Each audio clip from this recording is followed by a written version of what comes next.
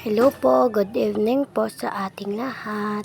Ngayon po ay maglilinis po tayo.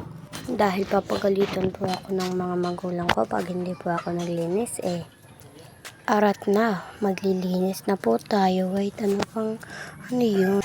Ano yan guys, naghahanap na nga pala ako kung saan ko ilalagay yung phone na to para makita nyo na nagwawalis talaga ako ng tunay.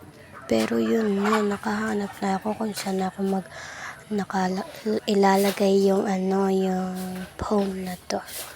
At para nyo rin makita kung saan ako naglilinis. So yun guys, naglilinis na nga pala ako. At ayan na, binidyohan ko na talaga to dahil naglablog ako syempre. At ngayon nga pala guys, madali na ako yung matapos. Pero dapat lang tayo, dapat yung malinis talaga para di tayo pagalitan ng ating mga magulang.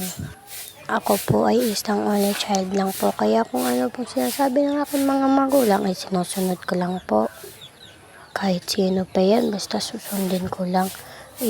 At dito na po magtatapos ang ating video.